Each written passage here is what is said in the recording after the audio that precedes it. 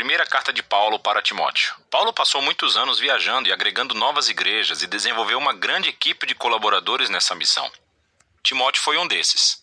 Paulo foi até a cidade de Listra uma vez e conheceu as fiéis mãe e avó de Timóteo. Ele ficou impressionado com a paixão e devoção de Timóteo a Jesus.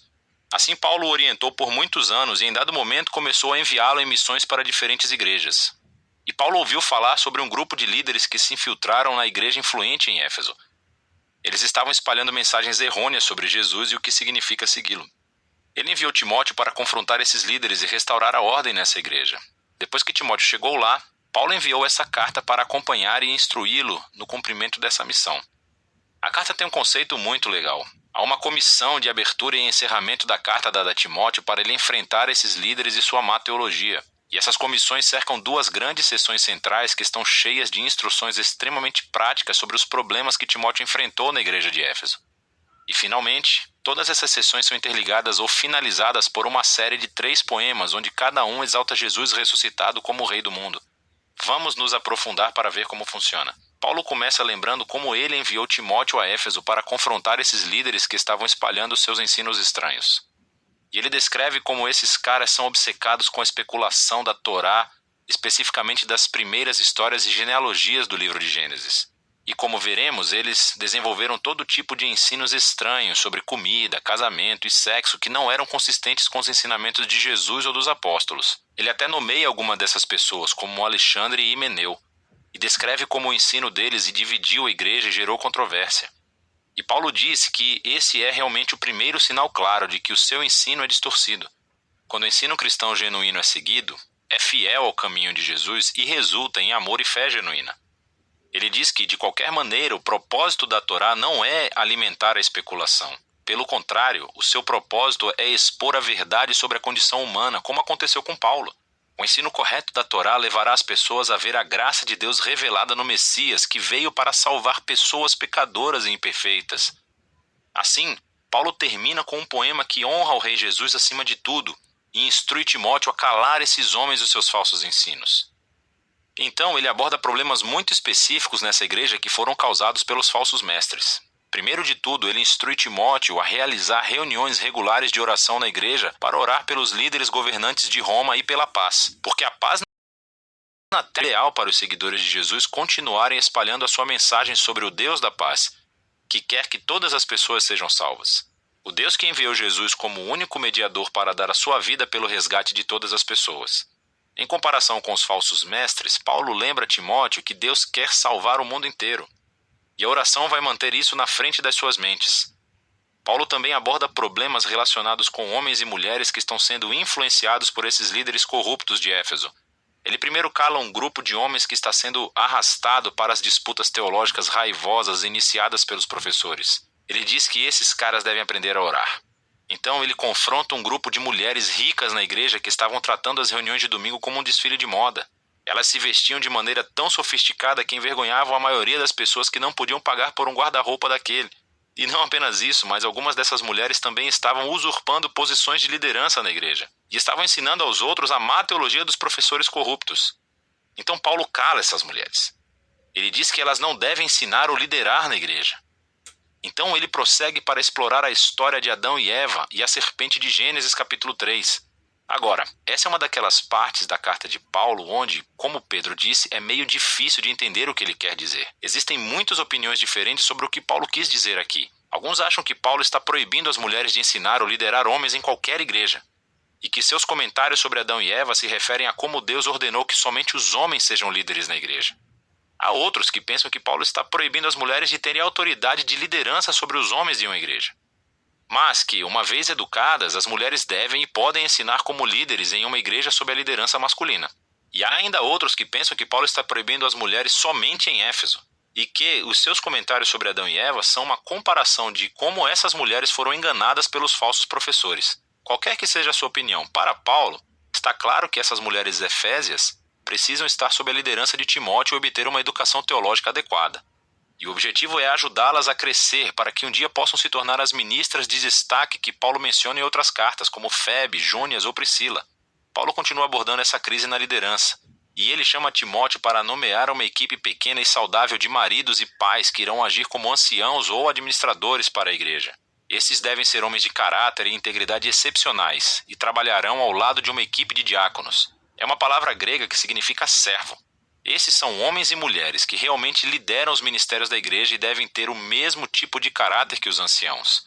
Juntos, essas pessoas devem ser conhecidas pelos relacionamentos saudáveis que têm com suas famílias, porque isso demonstrará a sua capacidade de liderar na igreja, que é a família de Deus. E a maneira que eles vivem em comunidade deve ser consistente com a história de Jesus. O que é explorado no poema de encerramento sobre a sua encarnação, a sua morte, a sua ressurreição, a sua exaltação como rei e, em seguida, a propagação de sua nova família em todo o mundo. O segundo grupo de instruções de Paulo para Timóteo é novamente muito específico para os problemas causados por esses maus líderes. Primeiro, ele corrige a sua teologia ruim. Eles têm dito às pessoas para pararem de comer certos tipos de alimento, muito provavelmente carne, o que Paulo acha ridículo. Então ele vai a Gênesis 1 e lembra a Timóteo que toda a criação de Deus é muito boa, incluindo a comida e o casamento. Tudo deve ser recebido com gratidão por aqueles que conhecem e agradecem ao Criador. Paulo então passa a abordar problemas sobre o cuidado da igreja com as viúvas. O que estava acontecendo é que esse ministério muito importante estava sendo usurpado pelas viúvas mais jovens e ricas, provavelmente as mesmas mulheres problemáticas do capítulo 2. Elas se inscreveram para o apoio da igreja, mas depois passavam seus dias dormindo com outros homens, espalhando fofocas e prejudicando a reputação da igreja na cidade. Paulo não tolera isso. Ele diz que somente as viúvas mais velhas, que não têm qualquer outro suporte familiar, qualificam. Essas a igreja deve mostrar o amor e a generosidade de Jesus. Paulo então aborda problemas que existem entre alguns homens mais velhos na igreja, e Timóteo deve respeitar a idade deles, mas não o seu mau comportamento, que parece estar relacionado com o álcool. Eles estão prejudicando a reputação da igreja em Éfeso e por isso Timóteo deve, em amor, confrontá-los a fazer com que renunciem à sua função, se estiverem em posição de liderança. Paulo acrescenta essa nota interessante, dizendo que isso não significa que o próprio Timóteo nunca deva beber. Considerando seus problemas de estômago, ele provavelmente deveria tomar um copo de vinho todas as noites com o jantar. Paulo então aborda um problema entre os escravos cristãos. Alguns deles estavam desrespeitando seus mestres cristãos. O evangelho cria igualdade entre os seguidores de Jesus. No entanto, Paulo acha que a igualdade precisa ser implementada de maneira estratégica, sem comprometer a missão e o testemunho da igreja. Se os cristãos se associarem às rebeliões de escravos, eles estão comprometidos. A transformação cristã da família romana teve que ser implementada estrategicamente para que os vizinhos pudessem ser persuadidos e não repelidos por essa nova visão de família de Deus. Finalmente, Paulo encerra a carta exortando Timóteo mais uma vez a confrontar os líderes corruptos. Paulo expõe aqui os seus objetivos de ganharem muito dinheiro acumulando seguidores e cobrando-lhes taxas altas pelo seu ensino. Esses professores estão traindo Jesus e a sua mensagem de contentamento e uma vida simples. Assim, Paulo instrui os ricos cristãos de Éfeso a se tornarem ricos em boas obras e generosidade, para serem pessoas que submetem os recursos ao Rei Jesus. E é ele quem inspira o poema final sobre como ele é verdadeiro rei acima de todos os outros reis. 1 Timóteo é uma carta muito importante. Ela nos ajuda a ter uma visão da igreja.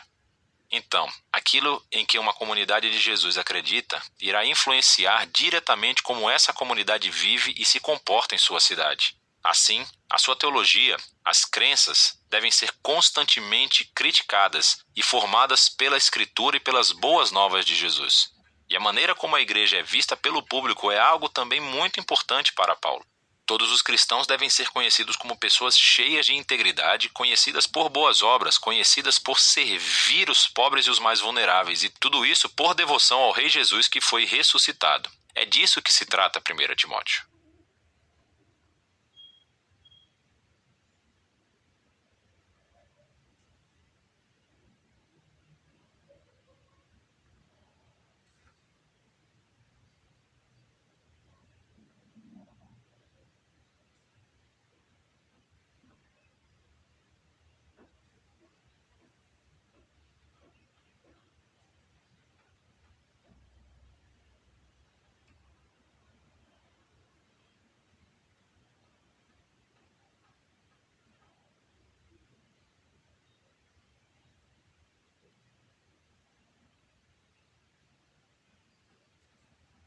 Segunda carta de Paulo a Timóteo. Essa é a carta final e mais pessoal de Paulo.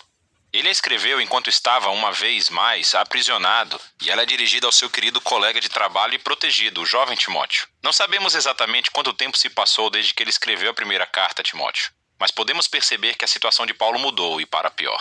Ele está preso em Roma, o que poderia se referir ao seu tempo mencionado no capítulo 28 de Atos. Ou pode ser que ele tenha sido libertado daquela prisão, vivenciou outra longa temporada de ministério e então foi preso novamente em Troade. De qualquer forma, Paulo diz que está no meio do seu julgamento do tribunal e isso não está indo bem. Ele tem certeza de que não irá sobreviver a este. E para sair dessa situação obscura, Paulo apela para Timóteo, que parece ainda estar em missão em Éfeso. Paulo pede a Timóteo para vir ficar com ele na prisão para que possa passar-lhe a missão de criação de igrejas que ele iniciou. O modelo da carta é bem simples. Há duas grandes sessões onde Paulo Timóteo.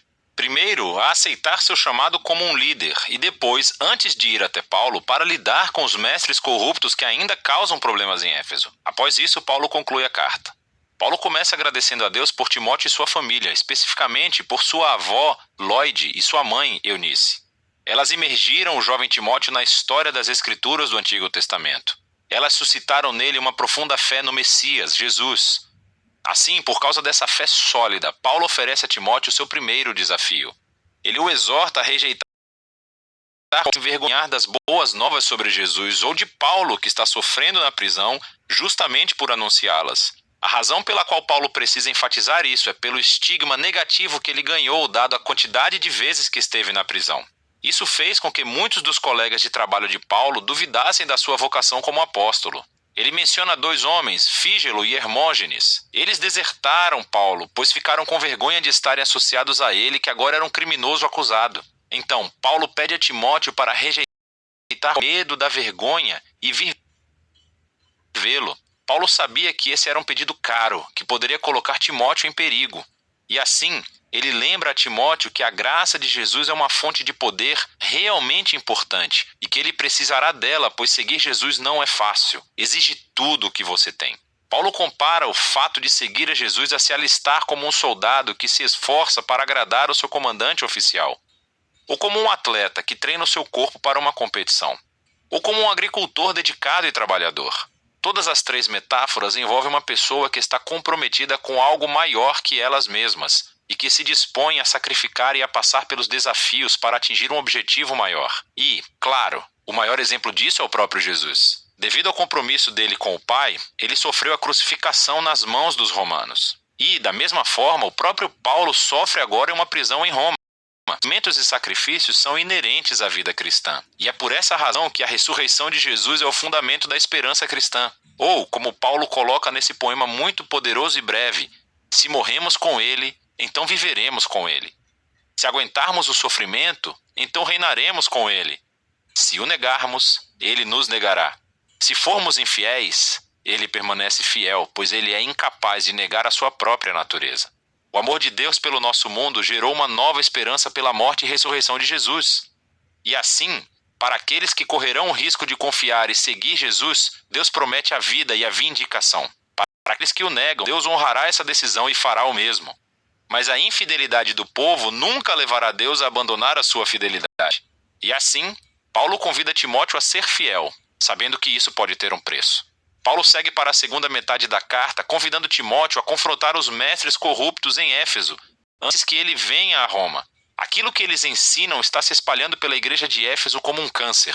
Eles atacaram e corromperam um número de mulheres influentes da igreja. Provavelmente, essas mulheres são aquelas ricas com as quais Paulo teve que lidar na sua primeira carta a Timóteo. Ele não fornece muitos detalhes sobre a má teologia dos mestres. Timóteo já sabe disso, mas ele nos dá uma dica. Ele diz: eles pregam que a ressurreição já aconteceu. Agora, não sabemos se os mestres estão seguindo uma negação filosófica grega de toda a ideia de ressurreição corporal e acreditam que isso é realmente apenas uma experiência espiritual, ou se eles simplesmente distorceram os ensinos de Paulo sobre a ressurreição da vida, que começa agora através do poder do Espírito. De qualquer forma, o problema é que eles abandonaram a futura esperança vigorosa da ressurreição e da nova criação. Em vez disso, eles abraçaram um cristianismo privado hiperespiritualizado que está desconectado da vida diária. E assim, Paulo convida Timóteo a levantar líderes fiéis, os quais ensinarão as verdadeiras boas novas de Jesus. Eles devem evitar os argumentos sem sentido que resultam dos debates dos mestres. Em contraste, Timóteo e sua equipe de liderança devem manter importante aquilo que é importante. Eles devem se concentrar na história central e na mensagem das Escrituras, que nos dias de Paulo significava primeiramente o Antigo Testamento. Paulo diz que essas Escrituras podem lhe dar a sabedoria que conduz à salvação por meio da fé no Messias Jesus. Ele está dizendo que o objetivo das Escrituras é contar-lhe uma história unificada que o leva a Jesus e que tem sabedoria a oferecer ao mundo todo. Então Paulo fala sobre a natureza e sobre o propósito das Escrituras. Ele diz que todas as Escrituras são inspiradas divinamente, literalmente pelo Espírito de Deus. É uma referência ao papel do Espírito em guiar o autor bíblico para que aquilo que ele escreve seja o que Deus deseja que o seu povo ouça. E Deus fala ao seu povo nas Escrituras sobre um propósito muito prático. Ele diz que elas são úteis para o ensino, dizendo-me coisas que eu não sabia antes. Elas são úteis para o desafio, provocando-me sobre as coisas que eu digo que acredito, mas com as quais eu não vivo consistentemente. Elas são úteis para corrigir-me, para expor as minhas formas confusas de pensar e me comportar. E elas são úteis para me treinar na integridade, mostrando-me uma nova forma de ser verdadeiramente humano. E tudo isso é para que o povo de Deus esteja preparado para fazer o bem. Paulo encerra a carta lembrando Timóteo que ele provavelmente não sairá vivo da prisão. Então ele pede a Timóteo para vir o mais breve possível, antes do inverno. Ele não quer congelar em sua cela e precisará do seu casaco de inverno que deixou para trás. E também, Timóteo poderia trazer aqueles documentos pessoais que ele deixou em Troade quando foi preso. Ele também menciona Alexandre, que é um homem especialmente perigoso a quem Timóteo deve evitar. Provavelmente ele é o responsável pelo aprisionamento recente de Paulo. Paulo conclui mencionando como quase todos o abandonaram na prisão. E agora, a sua única fonte de conforto é a presença pessoal de Jesus que está com ele e o salvará mesmo se ele morrer. E então a carta termina. A segunda carta a Timóteo permanece como um lembrete de que a vida influente e a missão de Paulo foram marcadas pelo desafio, pelo sofrimento e pelas lutas persistentes. Seguir Jesus envolve risco e sacrifício. Significa viver a sua vida com tensão e desconforto. E essas coisas não são um sinal da ausência de Jesus. Pelo contrário, como Paulo descobriu com gerações de cristãos após ele, que, exatamente naqueles momentos sombrios e difíceis, o amor e a fidelidade de Jesus podem se tornar mais tangíveis e reais.